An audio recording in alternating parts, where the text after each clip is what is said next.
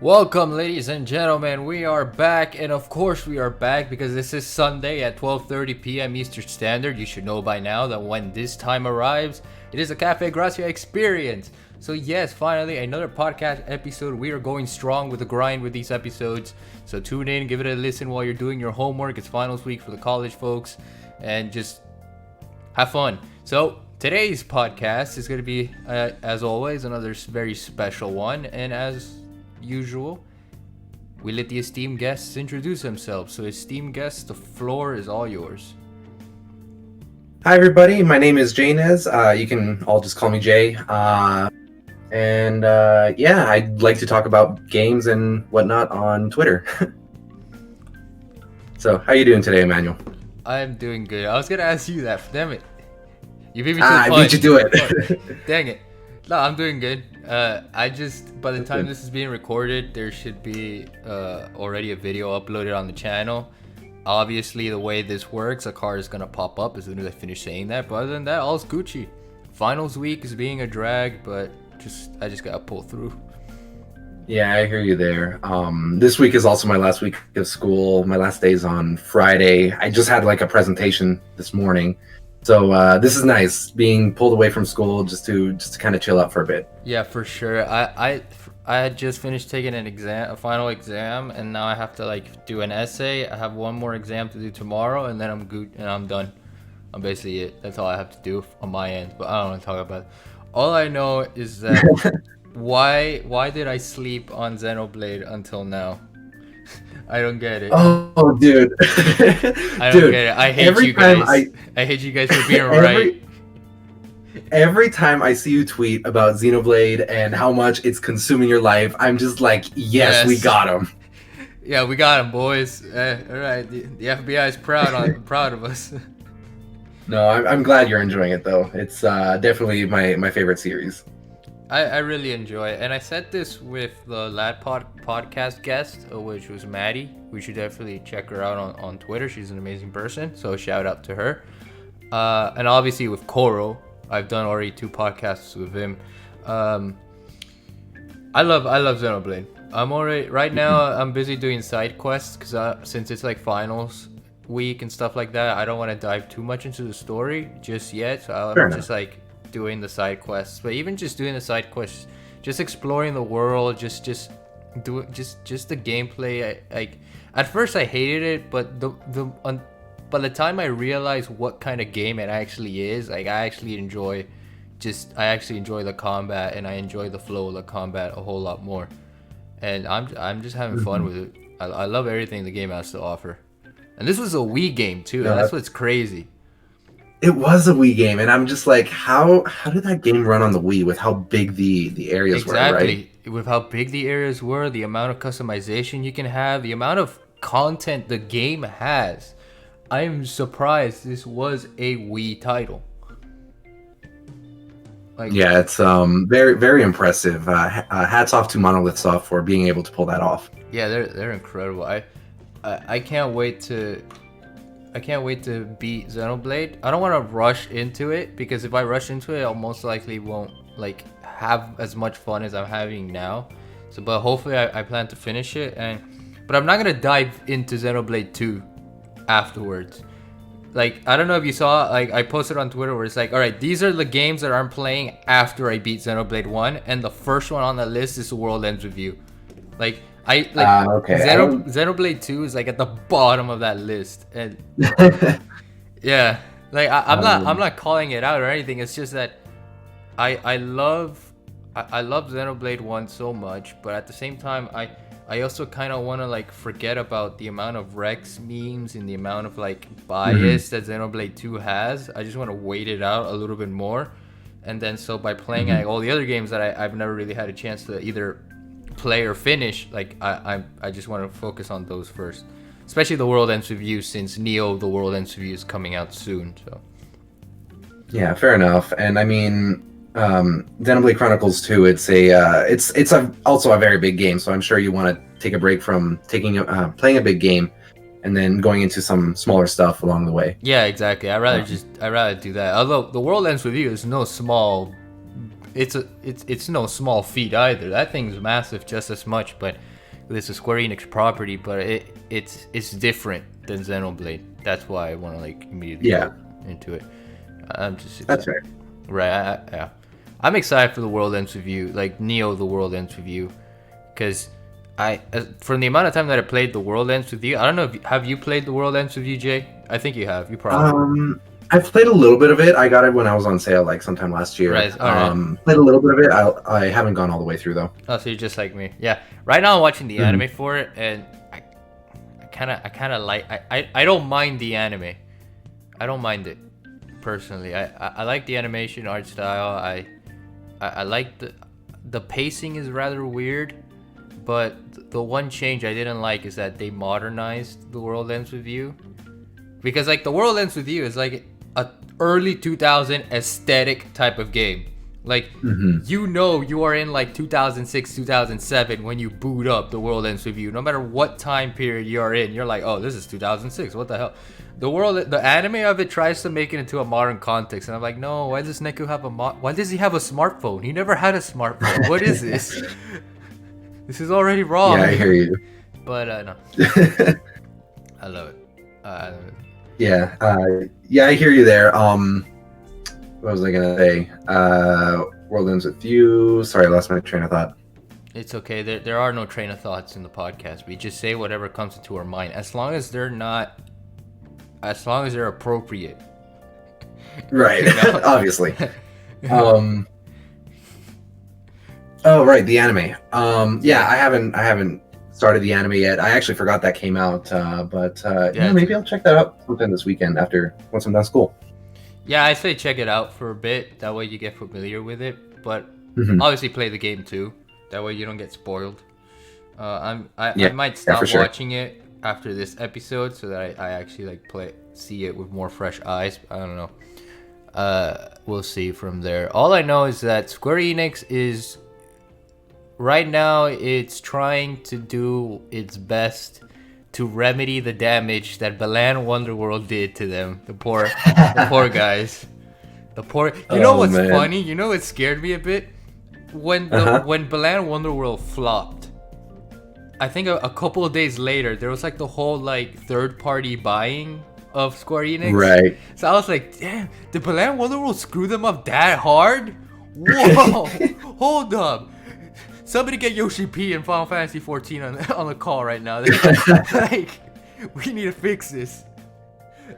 Yeah, I saw that. It was it was very, very strange to see a company as big as Square Enix and those rumors about somebody buying them. Like, wow, it couldn't have been that bad, right?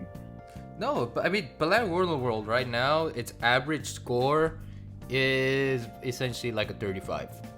Yikes. It sucks. It unfortunately sucks. And I say unfortunately because it's not like Mighty Number 9, where it tried to essentially be another Mega Man game. It wasn't like Yooka-Laylee, where it essentially tried to be another Banjo-Kazooie game. And mind you, those two games were made by the people that gave us Mega Man and Banjo-Kazooie. So obviously the same logic applies with Balan Wonderworld, where these are the same people that not only gave us Sonic, but gave us Knights and Billy Hatchet. And if they were trying to replicate something of Knights and Billy Hatchet, well, art design and music is the best that they did. The gameplay is just not. I said when I did a video on Balan Wonderworld, I basically said this: if you time traveled with Balan Wonderworld and you showed this to the Sega Saturn era, people would be mind blown at how amazing the game looks. But we're not in the Sega Saturn days. We're in the PS5, Xbox, and Nintendo and the Switch era. And even though like people can complain about graphics and things like that, like fine, but don't make everything the jump button. Yeah, exactly. Right. You know, like, don't make everything so bland in your Wonder World. Yeah, I did. Nice. I like that one. Yeah. I like that one.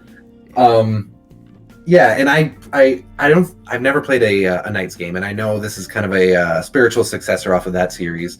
But I'm pretty sure that the gameplay is not very reminiscent of Knights. It's not. Just from what I've seen of the Knights series. Knights was technically a through the ring style game of platforming. You know what I mean? Like you go through the rings. And yes. that was essentially the entirety of the game. You just went through rings and you just completed the game through that motion. Billy Hatchet was more of an actual.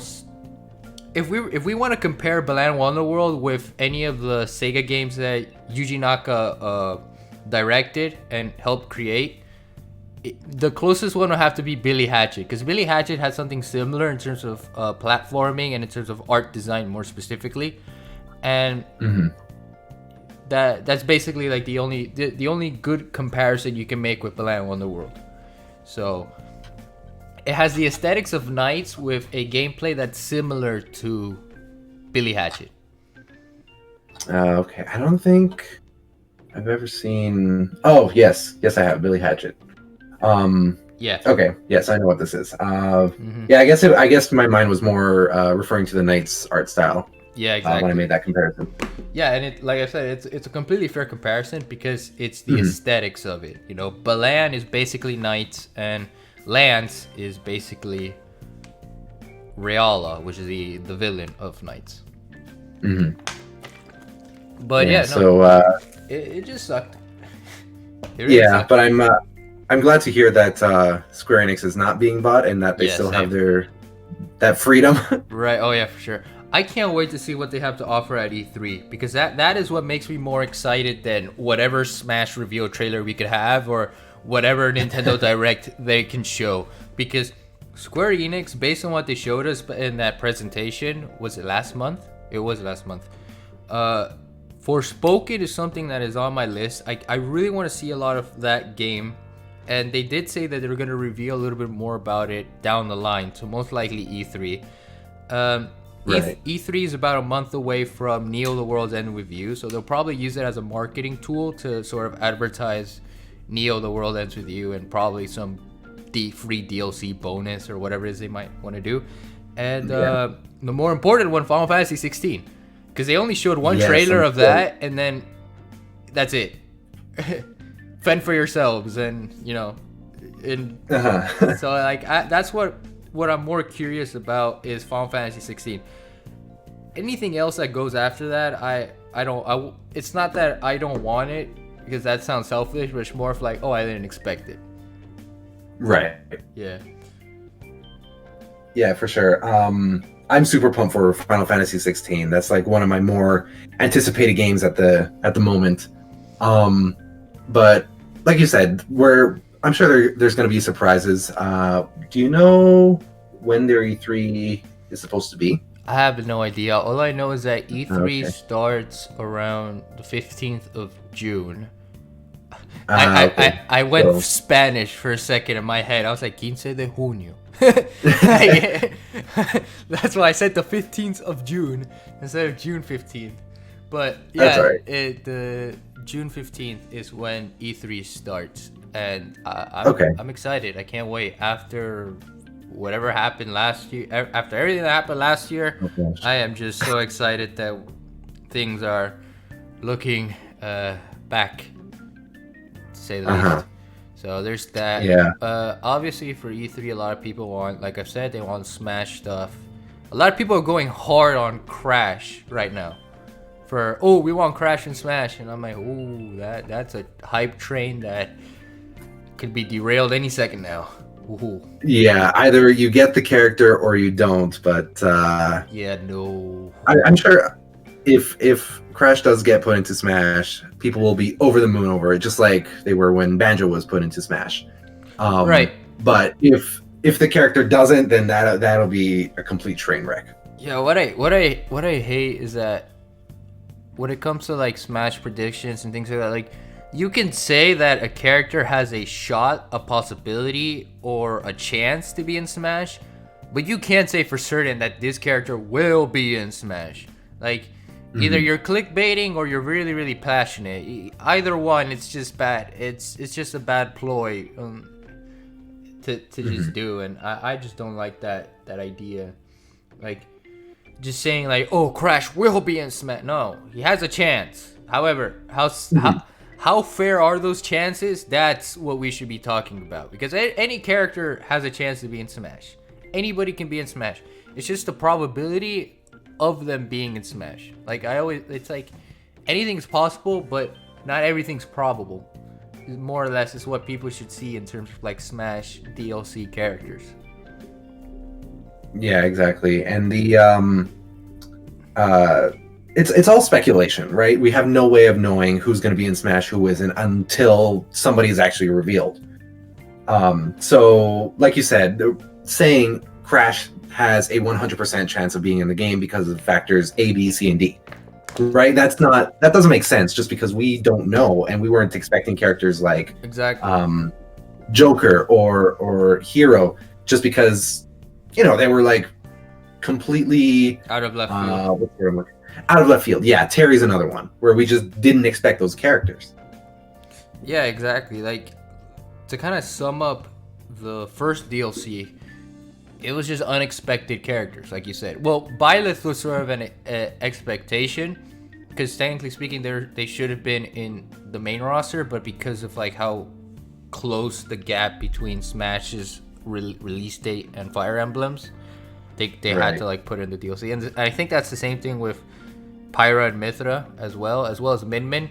So yeah, those were expected to be a part of the roster. And honestly, people got angry because it's like, oh, they're a wasted slot. Oh, they should have been in the main roster. And it's like, yeah, they should have been in the main roster. But the fact that they didn't just shows that Smash Ultimate was just released in... It was released in both in a good and bad window time. Mm-hmm. Yeah, so, it was just not very good timing on that end. Exactly, but you know those deserve to be in Smash. That's a guarantee because Smash is a Nintendo product at the end of the day. Mm-hmm.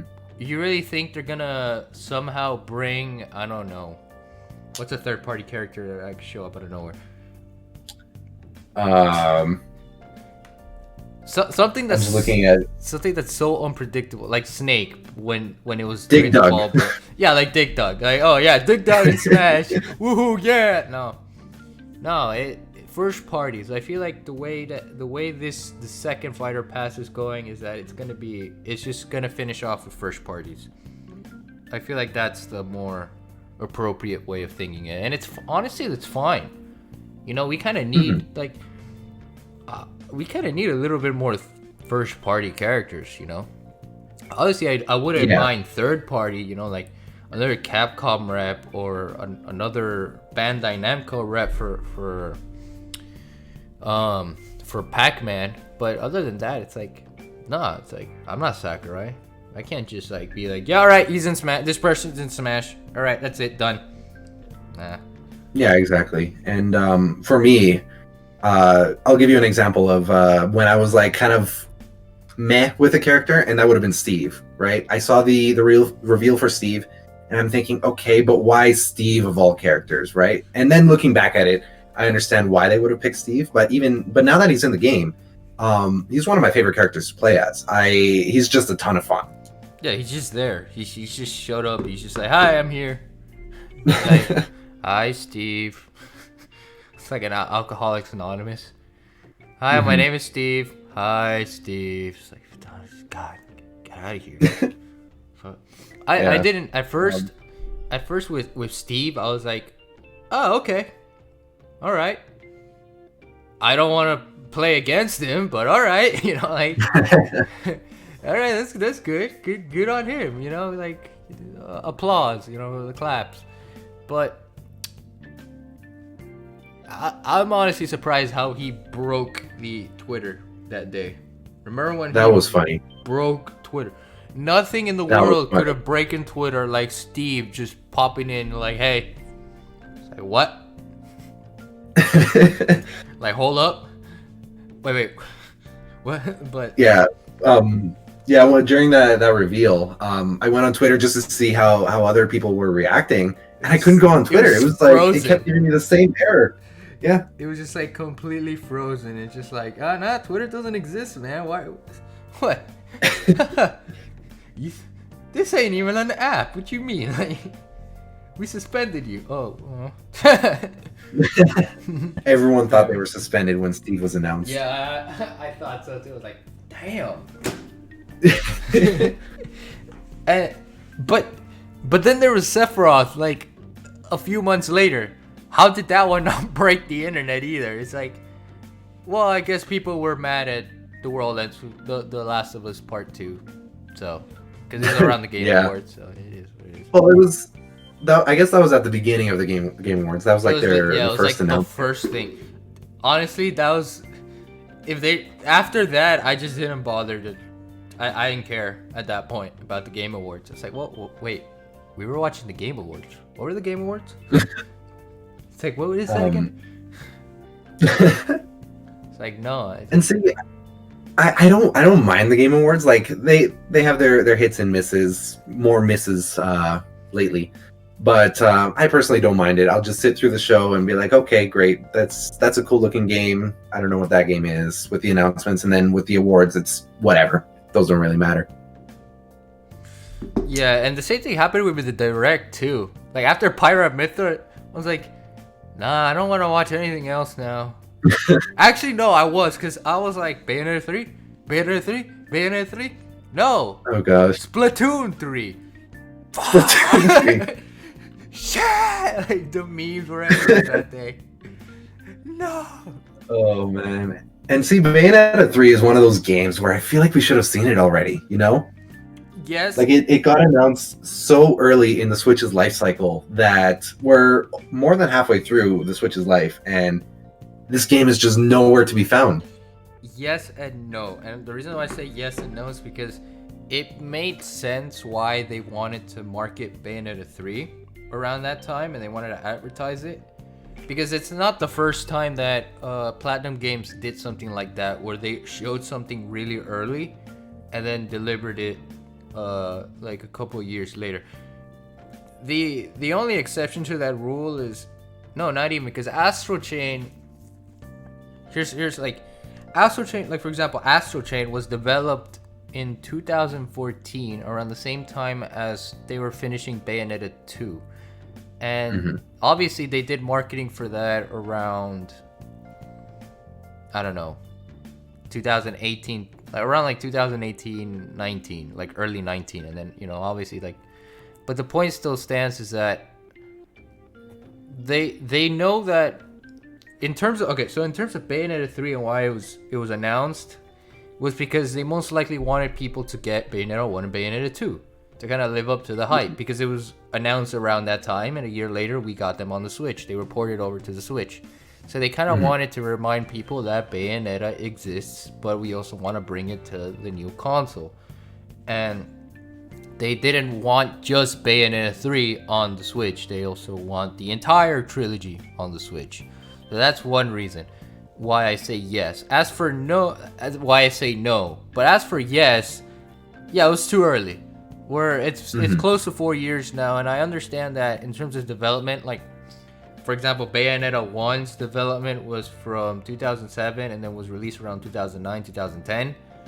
So 2 to 3 years, and then Bayonetta 2 was around 3 to 4 years. So it's understandable in terms of like the development cycle, because they take time with their things. But it's like, if you could have just said that you're developing it and that's it. You didn't have to show us the teaser trailer of that until like there was a little bit more to offer down the line, and clearly there's been nothing that they offered after that besides a bunch of speculation and saying that, oh, it's coming soon. So, but I hope with Bayonetta 3 we get obviously something at E3. I feel like it's an E3 hitter. It has to be an E3 hitter.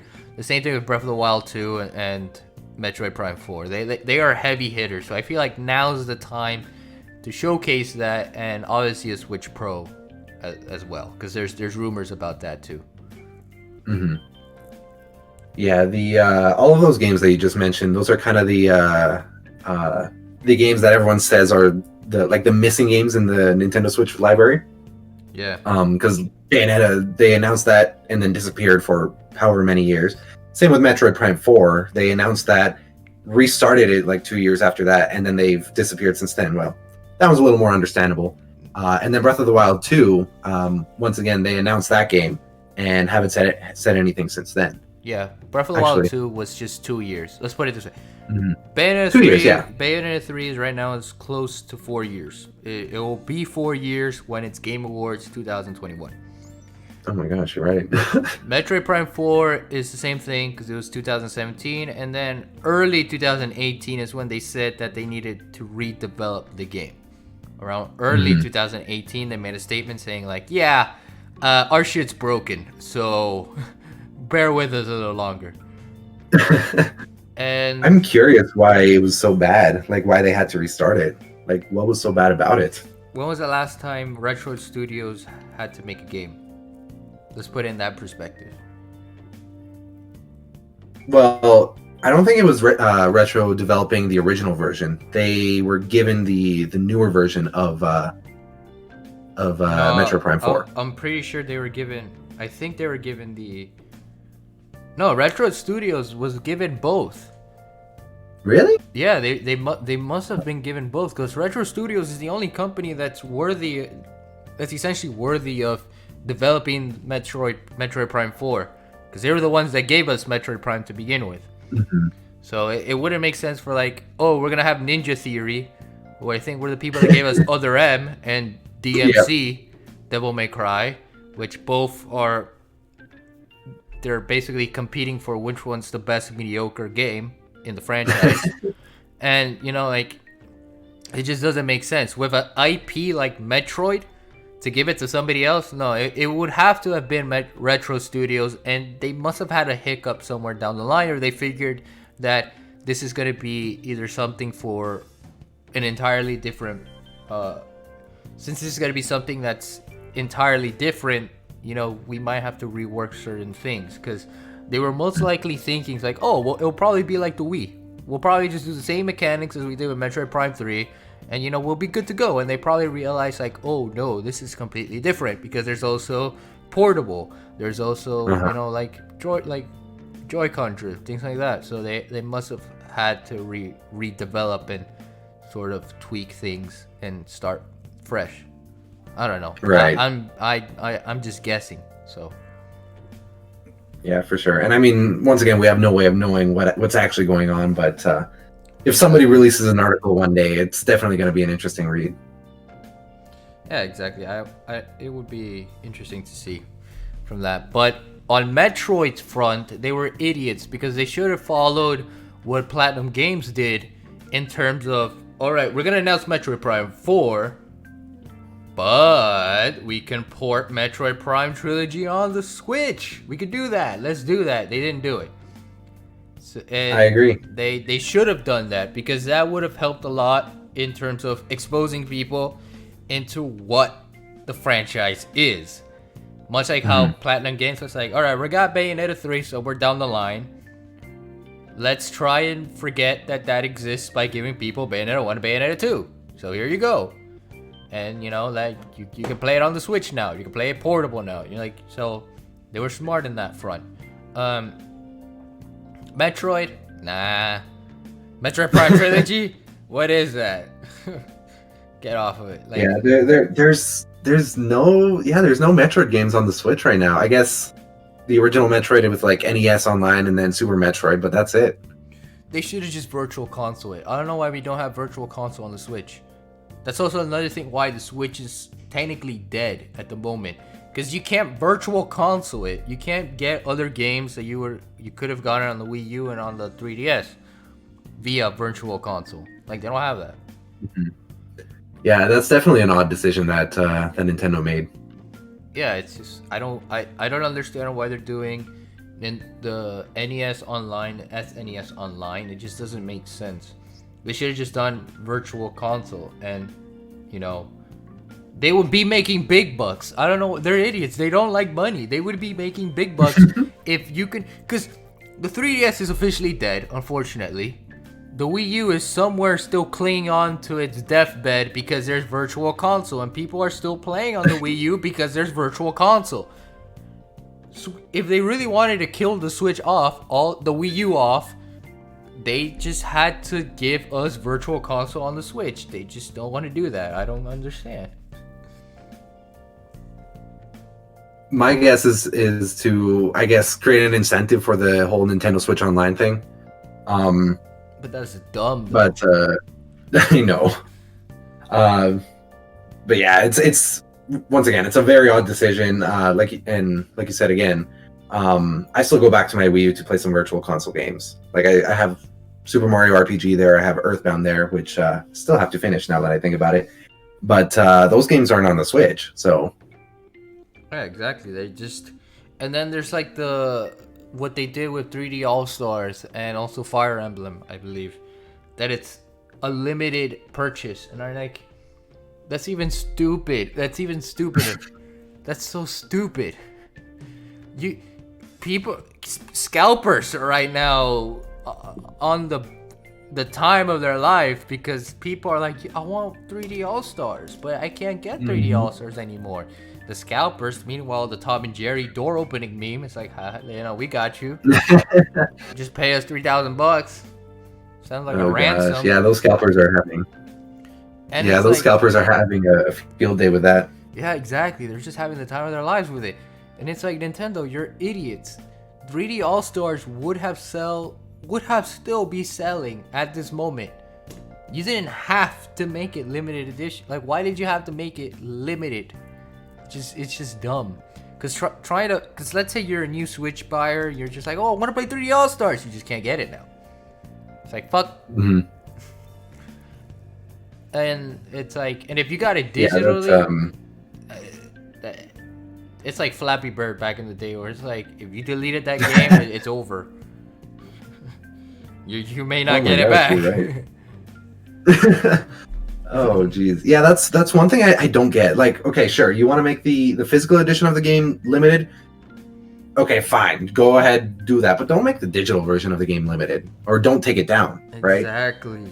Same with Fire Emblem. Like there was no reason for Fire Emblem to be taken down when it did. Yeah, it's just dumb. It was just so dumb. They could have been making more money than they should now. And they could be making more money if they just let us emulate too. Nintendo just doesn't like money. They just don't. I don't get it. I love them. I love what they give. I love how they shaped my childhood, how they shaped many of our childhoods.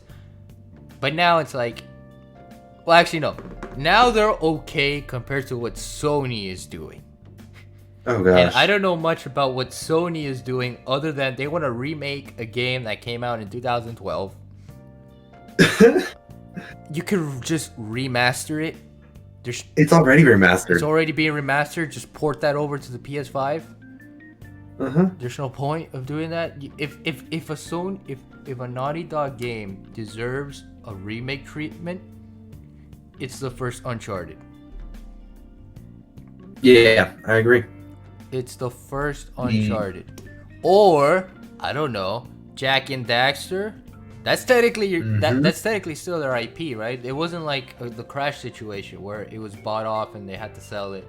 It's still theirs. Yeah, I think it's still theirs. And someone from Naughty Dog said that they wish they were making a Jak and Daxter. I don't know if you saw that article a few days ago.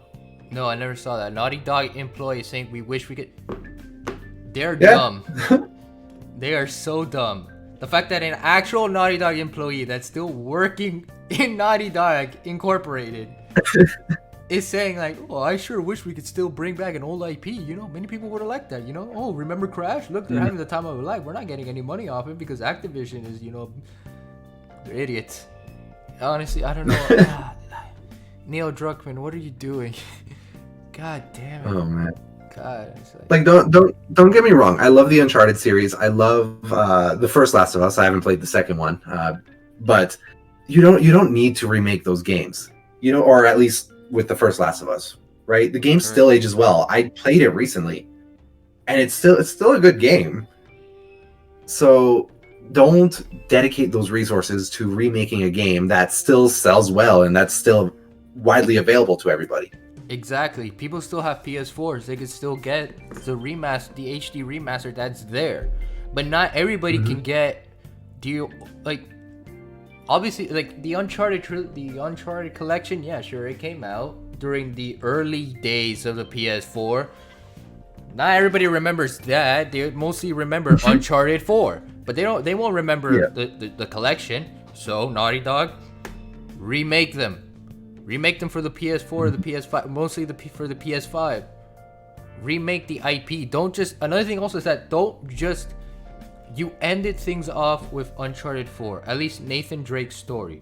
Fine, you can do the spin-offs all you like what they did with Chloe and I forgot what it was called.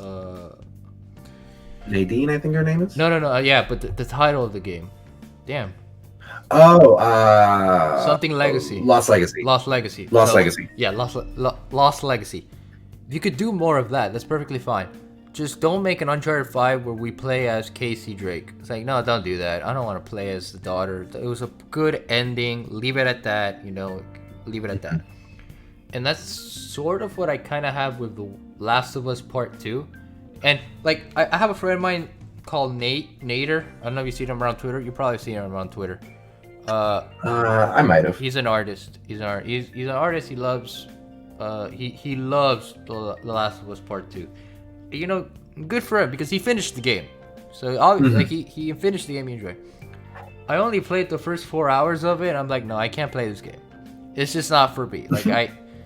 But originally I was like in the bandwagon that we should shit on the game sucks and but looking back on it now, it's like, okay, realistically speaking, The Last of Us Part 2 has an okay story. The way the story is done is what makes it okay. The direction of it. The premise, okay, yeah, I get it. It's a revenge plot. But, if it works, it works. And in this case, it worked. It's just the flow of it that makes me feel off. It's like there's certain flashbacks that I feel like should have been in the beginning of the game. And obviously, there were certain flashbacks that made sense in that context. So the flow of it was wonky.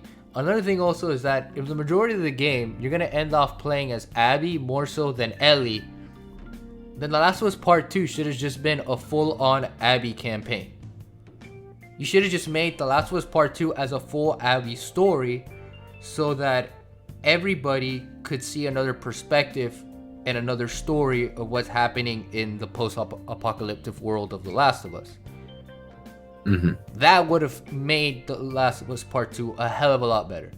If they gave us another story route in a full-fledged game, if they let us see Abby's entire life during this time, and maybe it could overlap with Ellie and we have like references to Ellie and Joel around that time, then it would have been nice. And then we'd be like, oh, but then what was Ellie doing around this time? And then you could have done part 3 with Ellie or something, but I don't know.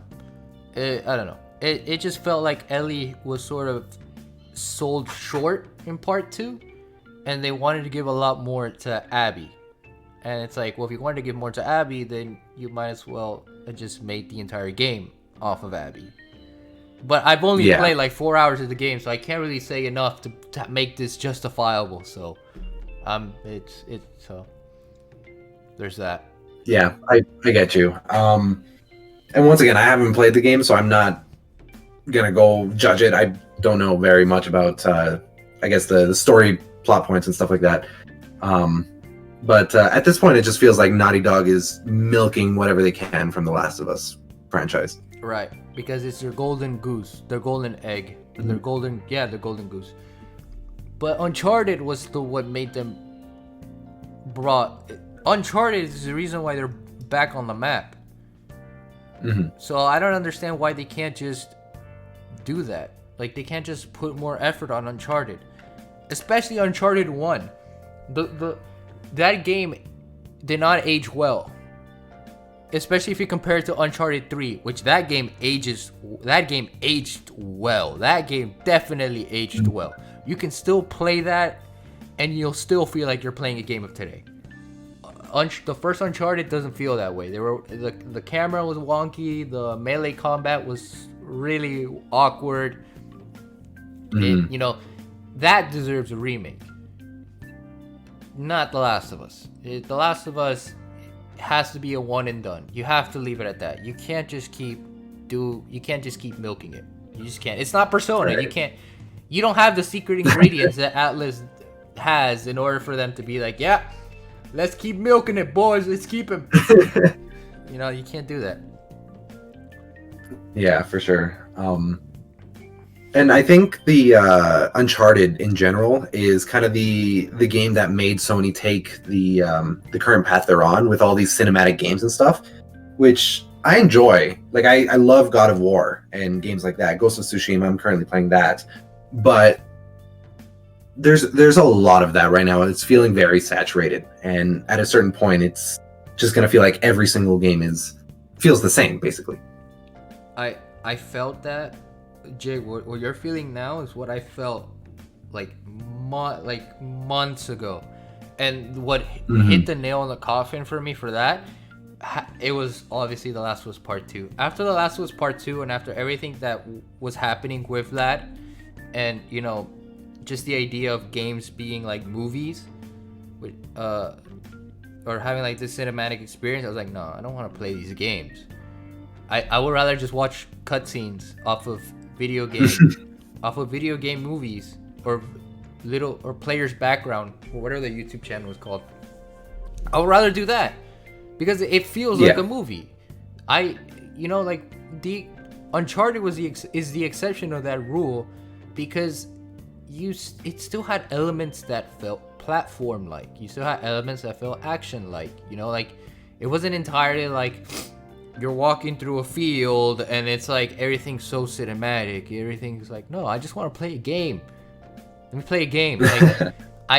That's why for me right now I'm mostly playing like RPGs, because those are like the best they do the best of both worlds. They give us a cinematic presentation, but they make sure that you're playing a game. You remember that. This isn't a movie. You are playing the game. You have to grind. You have to do this. You have to do that. So it's like... Yeah, for sure. I just can't, Yeah, I totally get what you're saying. And that's one of the reasons why I love RPGs as well. Just because it's a game. It's a game. There's so much content in them for you to do. But the stories are just as amazing as the gameplay, right? Exactly. They help bring a balance to what makes their game incredible. Xenoblade's a perfect example of that. The Persona series is a perfect example of that. Final Fantasy is what has done that. Dragon Quest is what brought that. So it's like the formula works. And I feel like the formula that most of these, and they're mostly Western games, they're Western developed games. They just want to make things they just want to make a playable Hollywood. And it's like, no, I don't want that. Hollywood has been pandering. I don't want to feel pandered. I just want to play a game. I just want a game. That's all I want. Stop it. So, and I guess one game that comes to mind from Sony's current catalog that does fit that balance well would be the current Spider-Man games that Insomniac is putting out. Those are there's balance. Exactly. There's good stories. There's awesome gameplay. I love the combat in those games. The swinging, the web stuff it's phenomenal. Exactly. I love it. Spider-Man PS4 was my first platinum because it was easy to platinum, but because you enjoyed the open world they gave you, you enjoyed being Spider-Man. So you wanted to be like Spider-Man. And obviously there was a story. And sometimes you forgot that there was a story that you had to dive into, because there was so much stuff for you to do. Whether it was just the most randomest crime, whether it was a side mission that you wanted to do, or just swinging and doing parkour. You still played a game. You didn't care about the story. Yeah. But at the same time, if you wanted to care about the story is there. It's not the same as I haven't played Ghost of Tsushima, so I can't say anything. I haven't played God of War, so I can't really say anything. But I could say something for Red Dead. No, Red Dead's different because it's kind of like the same thing because it has an open world. It has an open world style. Everything just ultimately ties back into The Last of Us Part 2. At least from what I play, at least it sadly is the way it is. I don't know, but it just doesn't. I just don't want to play a game where it's just I'm walking around and then 2 seconds later it's a cutscene and then 3 minutes later it's another cutscene and it's like, well, am I gonna play? What is this? And God of War, I guess, is closer to that than Ghost of Tsushima is. Like it's much more. There's, I guess, some openness to God of War, but it's a lot more linear than Ghost of Tsushima. Ghost of Tsushima is much more open. The thing with that game is just that there's not as much freedom as you feel like you have with Spider-Man. Yeah. All right. So, just I don't know. Just thought I should make those comparisons since you haven't tried those games yet. Yeah, I'm not saying that I will never play them. It's just that right now I just don't feel compelled to play them. I just don't want to play them right now. You know. Yeah, I get you. I might go back to The Last of Us Part 2. I might start Red Dead. I might start God of War. I might start Ghost of Tsushima, but not now. Not now. Let me just play. Let me just continue. Let me just start an RPG grind, honestly. Let me just do that. You know.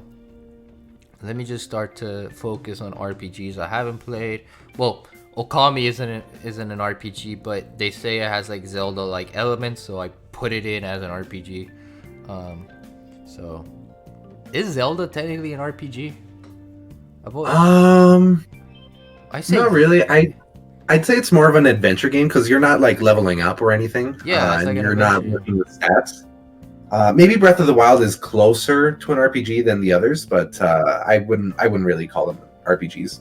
Yeah, I can say like technically they're an action RPG because like there are dungeons you explore, there are items you collect, and there are side stuff if you feel like you want to do, you can do. You know, and the game is technically long to a degree, at least like 20, 30, I guess like 35 hours long, to put it max. Yeah, most of the older games are they're about long. that. Yeah, they were long. I remember Twilight Princess. I spent around 40 hours playing Twilight Princess specifically, which is I think like 10 hours less than Breath of the Wild. Yeah, you can, if you're very invested, you can spend a lot of time with Breath of the Wild, and I guess any Zelda game with all the collectibles and stuff, 100%ing the game. Yeah, but more so Breath of the Wild. Oh yeah, for sure. More so Breath of the Wild, because that is an open world. Now that is an open world, and it's just 900 Korok seeds. Yeah, exactly. All the 420 shrines, or is it no? I think it's 120. Yeah, I think it's 120. Oops. But it's so difficult to find some of them that it takes forever anyway, so. Yeah, but I just like the stuff that Breath of the Wild adds to Zelda. I just sometimes forget that it has a soundtrack. Because it's just so... Yeah. It's just... So it's just not there. I just forget. All of a sudden, like, there's like a Ganon boss fight, and I'm like, oh shit! There's music! You come across a guardian, and you hear that piano, and you're like, oh my gosh, where is it? Peak anxiety. No, not even. It's like, music? No way! I also like how ever since Breath of the Wild, you know, there's just copies of Breath of the... It's like, is this a Breath of the Wild reference? Nah, oh yeah, like as if this is a Persona 5 reference. Yeah. 2017 ruined this, man. With Breath of the Wild and Persona 5, everything's now a reference to that. Everything's suddenly a reference to that. For all we know, Club Penguin. If Club Penguin decides to make a revival, people are gonna be like, Persona 5? It's like, oh, shut the fuck up. Shut up. There's this one tweet I saw on Twitter where someone took or a video where somebody took a song from Persona 4, gave it kind of a remix it with a jazzy style, and said, "This is my Persona 5 rendition of this song." and I'm just like, it's jazz. You just made it jazzy. Yeah, that's. I mean, technically you could. Yeah, I get it. I get what you mean, but I don't know. I love Persona 5. I mean, I love the game. oh, for sure, I love it. I love it too. I've said this in the last podcast. If it weren't for Persona 5, I wouldn't be here. If it weren't for me writing fan fiction, I would not be doing a podcast. Like, I don't know how the domino effect rolled on that, but dude, if you were there in the beginning, you would have seen it all. But that's all I'm gonna say on that front. And like, yeah, like, and I loved Royal. Royal was my second platinum, but sometimes but it's also like the small groups that like to do that, and obviously most of them like to do that for trolling. So like if they want to mess around, then it's like, oh yeah, sure, I'll mess around with you because I know you're messing around. But if it's like blatantly obvious that you genuinely think that this is a Persona 5 reference, it's like, ooh buddy, you really live in a third semester like world, don't you? A third semester like world. I like that. Yeah, but I love it. I will say though that with Persona, I would like to play all the games, but not from 5 to 4 and then from 4 to 3. I want to go to the beginning. I want to see how the first 3 Persona games, like Persona 1, 2, Persona 1 and the duology of 2. I want to see how that gameplay is like. And then obviously play 3, 4 and replay 5, I guess. I don't know. But they just need to, once again, I love Persona 5, great games, but they need to give more attention to the rest of the series, you know? Persona really 1, and not just 3, 4, and 5. I'm talking 1, 2, 3, 4, and then whatever they release after 5. Because I would love to play Persona 1 through 3 on Steam or on my Switch or something like that. Because porting Persona 4 Golden onto Steam was a good step in the right direction. But I think they should take it a little bit further and give some love to the rest of the series. Yeah. The thing with Persona 5 is that they made it so iconic that if you tried to do something different than Persona 5, people might riot.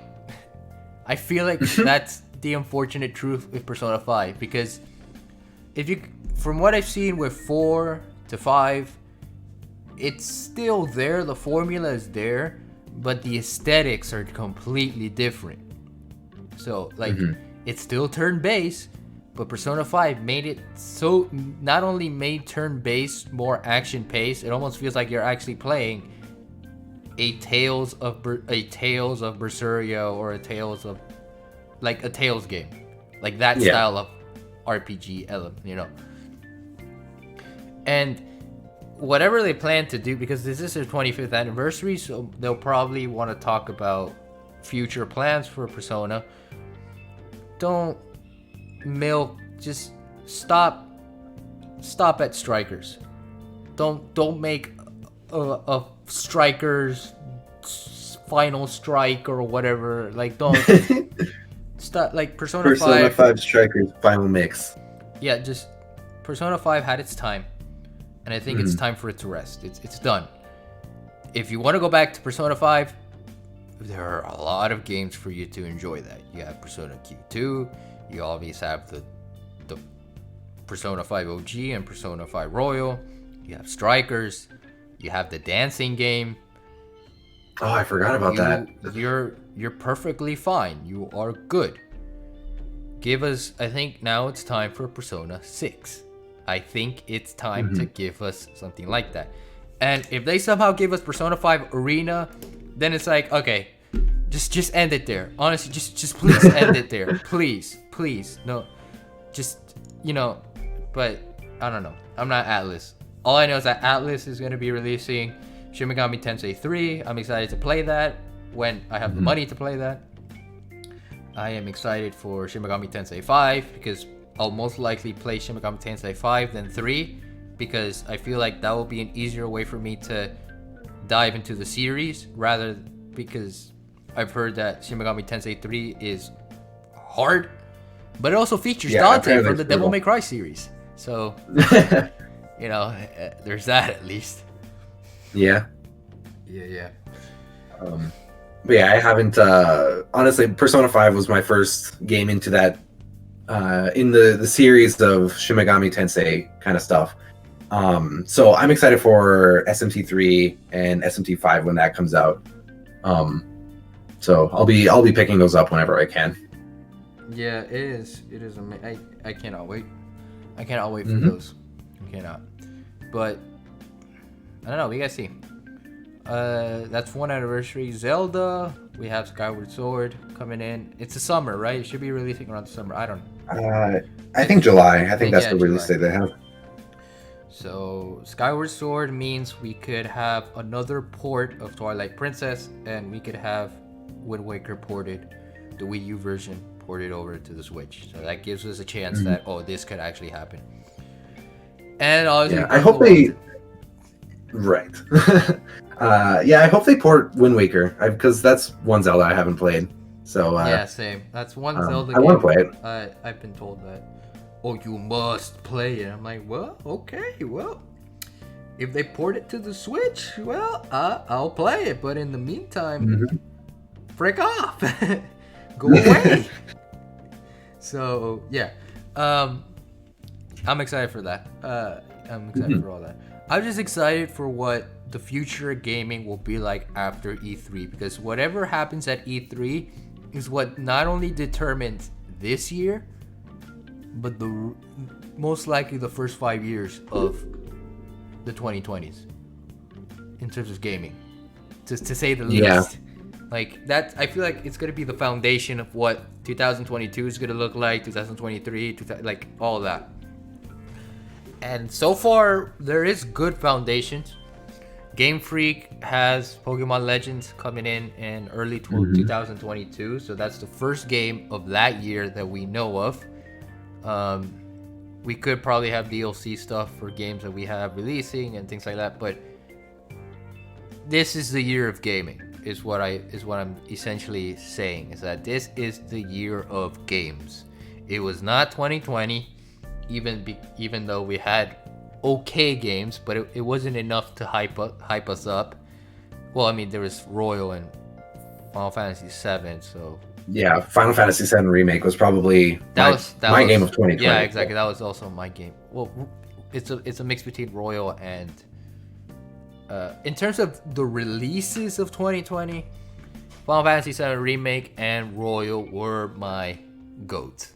But the overall games that I've played during 2020, Astral Chain, I played it that year. Bayonetta 2, I played it that year. Bayonetta 1, I played, like, those are my GOATs for that, so obviously. Yeah. I guess for me, a game that I played for the first time last year would have been Devil May Cry 3, right? Yeah. I played it for the first time, fell in love with it, and now I'm trying to finish up DMC 4, and then I'll go on to DMC 5 once I'm done with 4. Right, yeah. I was also playing the DMC games around that time. Ever since lockdown started and I was streaming it. I want to go back to streaming. I gotta go back. I gotta build a PC first so I can have the right equipment, better equipment, and then when I have that, I'll be like, all right, time to bring everything back. Also, I'm an affiliate there, so I kind of want money. So there's my. I kind of need money. Spare change. Squidward. Well, at least you have Squidward. Yeah, you have a good reason to go back to streaming. So I hope to catch some of those streams once you get back to it. I remember playing DMC 1, DMC 2, and a little bit of DMC 3 during that time. I don't remember why I stopped, because I was having the time of my life. I really enjoyed. I enjoyed DMC 2. I as much as that's the bad game, I enjoyed it. You know, I enjoyed DMC 2 for what it was. You know, it was gun simulator before there was a gun. If there ever is a gun simulator. It's just, it was so brokenly easy and in your favor. Is that why I enjoyed DMC 2? Because it's like everything's coming after me. It's like you were already OP to begin with, and it's like you just embrace that OPness that sounds wrong. Hold up, don't take that out of context. You know what? I'm posting this clip. Posting this clip on Twitter. from the amount of stuff I've said throughout the podcast, I'm surprised there's no Cafe Gracia struggles Twitter. I'm surprised there's nothing like that yet. But it depends how. We gotta grow. The more we grow, the more we'll get all that stuff. But just how broken you were from the beginning of the game and how broken you were at the end of the game, that's what I loved. It's like it was at least consistent in that. There was some consistency. DMC 1 was interesting for me because I do remember that the history of DMC 1 was that it was originally going to be Resident Evil 4, but then they scrapped that idea, made it entirely as a new IP. So that's why it rang familiar bells for me when I was playing DMC 1, and because I was like, oh, this reminds me a lot of Resident Evil 4, like the aesthetic of it, the feel of the game. I was like, oh wow, I'm in Resident Evil 4. So, but I really enjoyed that one. I hated the final boss. I forgot his name.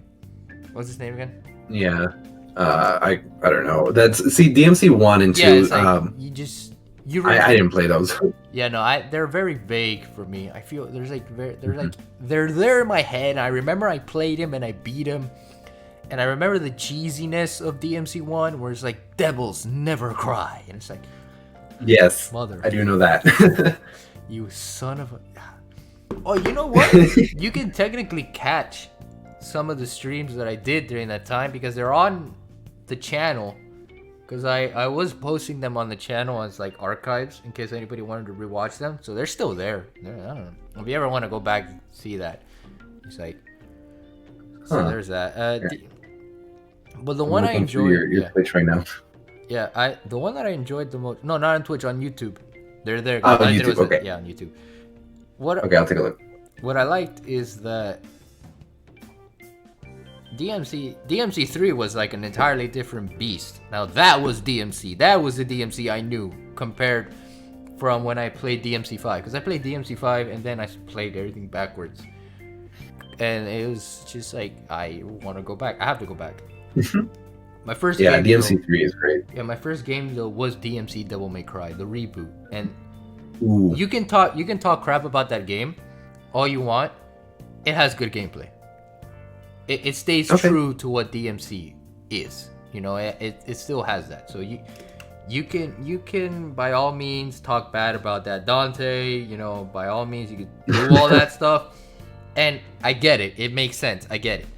But for me, it holds special weight because that's the first game I experienced of Devil May Cry and of the beat 'em up genre in general. So it's like I can't defend it as much, but I can also talk shit about it now.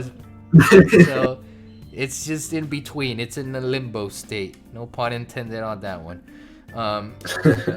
So there's that. Yeah, that genre in general, that hack and slash genre, I'm still very new to it. The first game I played in that genre would have been Nier Automata, which was, I think, early last year when I first played that. And since then, I just kind of went down that rabbit hole, and I've been playing once again DMC 3, and I picked up Bayonetta, and I'm gonna play Bayonetta 2 and Astral Chain and all those games. So yeah, definitely. Oh, you played Bayonetta. All right, before we end the podcast, I gotta ask, how was Bayonetta? How was the first Bayonetta? I haven't finished it. I'm about halfway through, but it's great. I'm loving it. It's a lot of fun, and just pulling off combos is so satisfying. You're gonna enjoy 2 then, if you feel already satisfying about the combat. So that's all I'm gonna say on that front. And all right, I'm looking forward to it. Yeah, dude, trust me. Like to finish this off, I'm glad that the hack and slash genre exists because of Devil May Cry. If it weren't for Devil May Cry, we wouldn't have that genre. And without that genre, there wouldn't be Bayonetta. Without Bayonetta, well, I wouldn't have played it, and then we wouldn't be here. So that's all I'm gonna say. I gotta commit to the bit, man. I am forever stuck in Bayonetta, and that's just part of what this channel is about. Then yes, I guess, I don't know. And, well, it looks like we're out of time. or at least we're at the time that we're about to end the streams. Not the stream, the podcast. Damn. Okay. Brain cells no worky. The brain is slowly eating itself away. But point is, it's time to end the podcast. So, any last words? Anything to say? No, not really. Just wanted to thank you for inviting me to the podcast. Had a great time. I'm good. All right. And okay. Yeah. All right, that's nice. Okay. All right. I just want to make sure that there are no other words you want to say. Nothing. Am I allowed to plug my Twitter? Yes, you're. I mean, I was gonna do it anyway. So yeah, if you want to do All it right. already, go ahead. I'm gonna do it right now. To anyone listening, my Twitter is, follow me at JaynezPlays on Twitter, and I like to talk about video games there. He is a goat of goats, along with many. Oh, thanks, dude. In the podcast. All right, so for me to end this, well, you know how I like to end my videos. You know how I like to end these things. If you're new to the channel, if you somehow stumbled upon this and you actually listen to all of this insanity, like, comment, and subscribe. You know, bell notification. Simple as that. I'm not gonna do anything else other than just say that. Keep improving on whatever it is you're doing. Good luck on finals week if you're still at that. And have fun enjoying your break. Keep doing good. Keep spreading kindness. Keep spreading love and kindness to the world. And know that I love you guys as always to 120. And see you all in that next beautiful, beautiful video. See you guys.